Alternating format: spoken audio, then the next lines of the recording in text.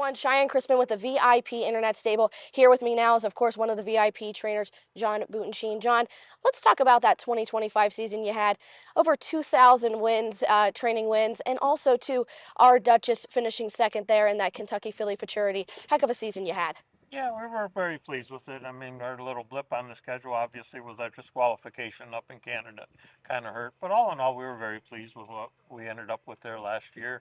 Um, Come out with some horses that made decent money, got some good records on them, and happy with what we were able to get at the sales and bring back here this year. So 2,000 training wins. How does that make you feel? It's got to feel good, right? yeah, it makes me feel old, and I lost a lot of races. Oh, That's jeez. all it means. It really means. It means I'm old and I've lost a lot of races. But yeah, I guess it's something that Well, I mean, I'm thinking about how when you started, all the way back when you started out being a caretaker for Delvin Miller, right? And you built your way up to the stable that you had now. I mean, you got to feel a little bit proud of that at least.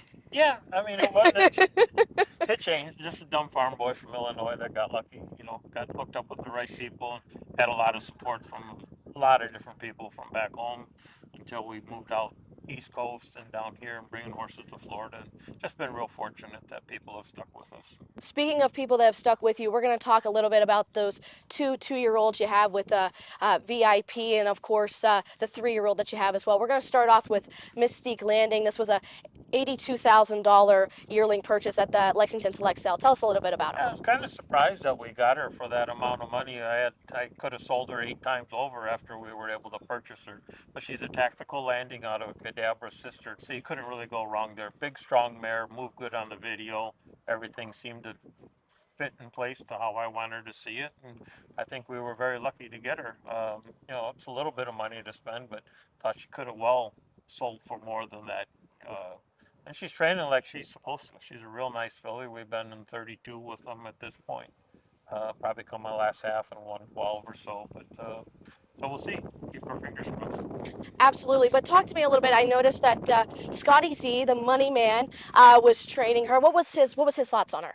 He liked her. That's what everybody kept asking me. I said, well, I got this filly I kind of like. Probably be interested in her. He helped us train. He sat behind a bunch of babies here on Wednesday, and then Friday and Saturday, Sear Miller snagged him up, and he got his fair share of miles training with Irv on Friday and Saturday. So I think he's just kind of making his rounds. Oh, absolutely. Now, let's talk a little bit more about Mystique Landing. I noticed that she's out jogging today. She's got an ear hood and she's got a snake cord. Talk to us a little bit about when you decide to put those kind of pieces of equipment on your different horses. Gradually start with how they're acting on the racetrack. She is acting, starting to get a little aggressive. Put a ear hood on her to quiet her down.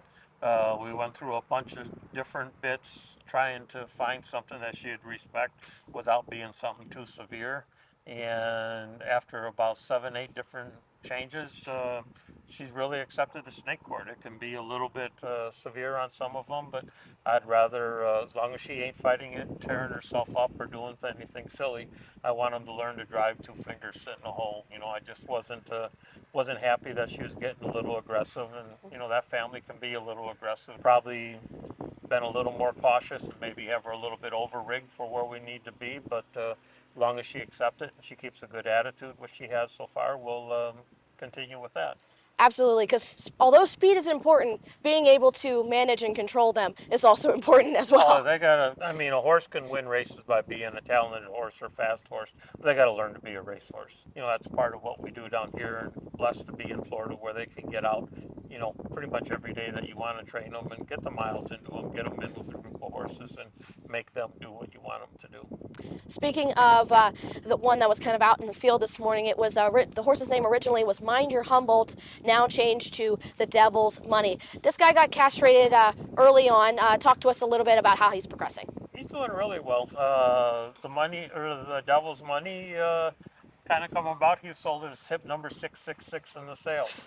He's an international money, and it was a kind of a little play on words and the fact as to what his hip number was at the sale. But I've had a couple out of that mare, and I know a few other ones.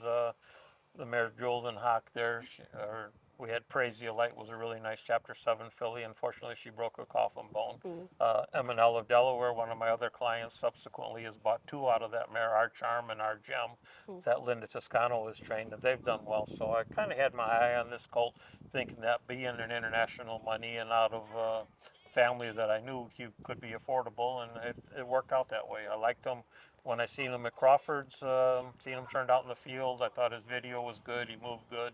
Um, they really didn't see anything wrong with him, and we were lucky to get him. Now I noticed that he was jogging out here on the track today. Has a brain cord, but also a new piece of equipment that I haven't seen. Nose flappies, is that what it's called? Yeah, the only reason I have the brain cord on him is just I want something to keep his head down, teach him to follow horse. He doesn't like when we train him on the limestone track on the half, he follows real well. When we get on the clay track, if it's a little damp or whatever, it's picking up and sticking. He doesn't like the dirt in his head. So we'll actually add a screen over his bridle there when we train him on the mild track. And the nose floppies is just something that keeps their attention off of things. You know, they go out there and they always have something touching their face, and it seems to have worked. I mean, I can run them right up now on another horse's back and do whatever we want to do with them. So happy with it. You know, just try things. What some people don't realize at home is that there's multiple ways to get to the right answer. There's no one strict way to train a horse because every horse is different. Oh, for sure. I mean, we start out everybody basic, simple, all on the same thing, and then go from there. You know, just like any kids. If you're educational wise, some learn at a different level. If you're a baseball player or a basketball player, they develop at different levels, and you know, you figure out what works for them and what positions they play.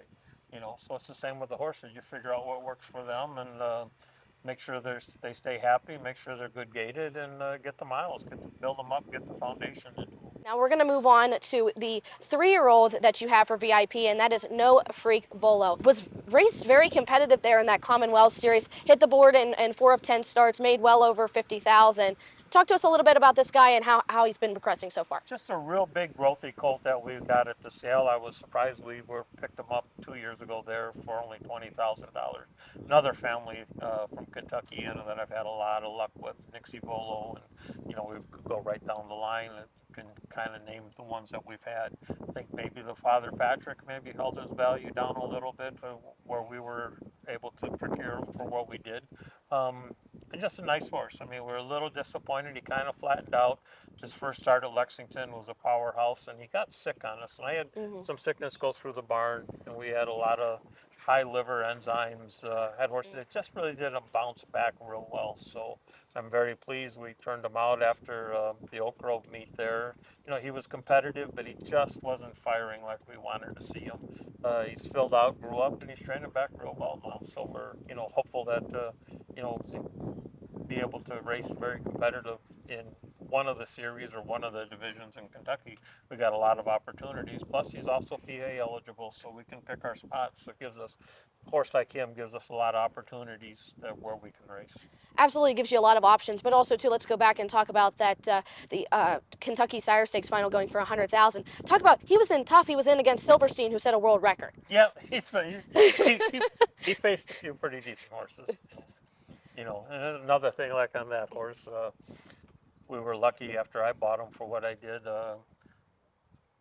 The breeders bought back in. So if a breeder ever buys back in on a horse or approaches you, it, you know, makes everybody feel good. They've seen him from day one. Absolutely, and yeah, you were talking about how he's progressed. I remember seeing him last year. He was kind of a little bit on the antsy side.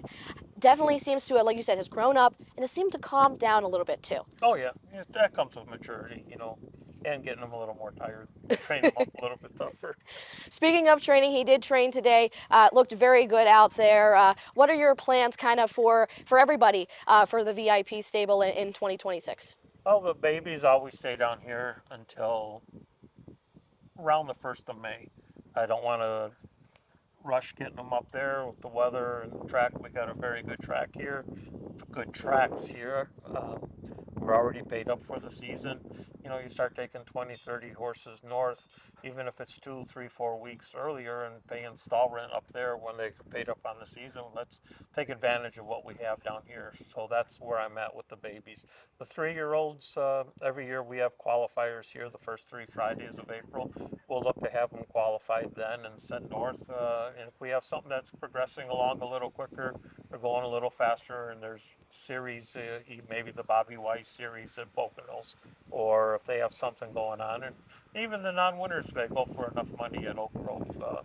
We can run them over to Spring Garden Ranch. They hold their qualifiers a little bit earlier than what we do here by a few weeks, and it's only a half hour up the road, so we can qualify them and then send them up. But generally, somewhere by the middle of April, we send the 3 year olds or older out of here, and then maybe sometime after the 1st of May. Thank you so much, John, for your time. Thank you all for watching. We'll see you soon.